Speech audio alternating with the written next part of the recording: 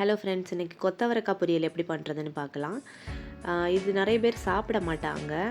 ஆனால் இதையும் நம்ம டேஸ்ட்டாக பொரியல் செஞ்சு சாப்பிட்டுக்கலாம். ஸோ இது எப்படி பண்ணுறதுன்னு பார்க்கலாம். ஃபஸ்ட்டு இதை சின்னதாக கட் பண்ணி எடுத்துக்கலாம்.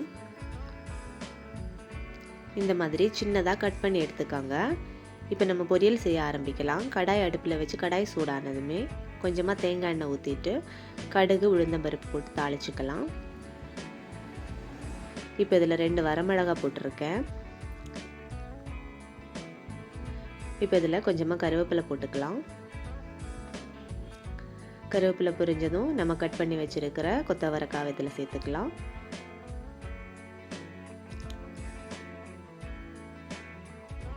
இப்போ இதில் தேவையான அளவுக்கு உப்பு போட்டுக்கோங்க.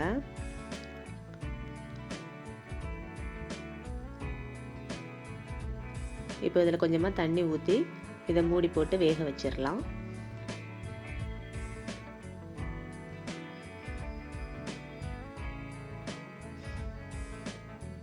இப்போ இதுக்கு தேவையான மசாலா அரைச்சி எடுத்துகிட்டு வந்துக்கலாம். ஸோ அதுக்காக கொஞ்சமாக தேங்காய், கொஞ்சம் மஞ்சத்தூள், ஜீரகம், பச்சை மிளகாய், பூண்டு போட்டிருக்கேன். இதை தண்ணி ஊற்றாமல் கொரகரன்னு பல்ஸில் போட்டு எடுத்துக்கோங்க.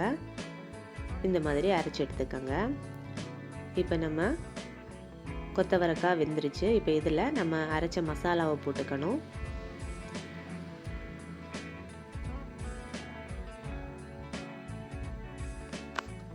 இப்போ அந்த மிக்ஸி ஜாரில் கொஞ்சமாக தண்ணி ஊற்றி அதையும் இதில் ஊற்றிக்கோங்க.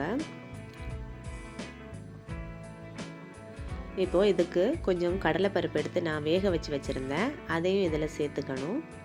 அதையும் இதில் சேர்த்து இப்போது தேவையான அளவுக்கு உப்பும் சேர்த்து கொஞ்சமாக தேங்காய் எண்ணெய் ஊற்றிக்கிறேன். ஊற்றி மிக்ஸ் பண்ணி இறக்குனீங்கன்னா நம்மளோட கொத்தவரக்காய் பொரியல் சூப்பராக ரெடி ஆயிடுச்சு. ரொம்ப டேஸ்ட்டாக இருக்கும். வீட்டில் செஞ்சு பாருங்கள். இந்த வீடியோ உங்களுக்கு பிடிச்சிருந்தா லைக் பண்ணுங்கள், கமெண்ட் பண்ணுங்கள், ஷேர் பண்ணுங்கள். மறக்காமல் சப்ஸ்கிரைப் பண்ணுங்கள். தேங்க்ஸ் ஃபார் வாட்சிங்.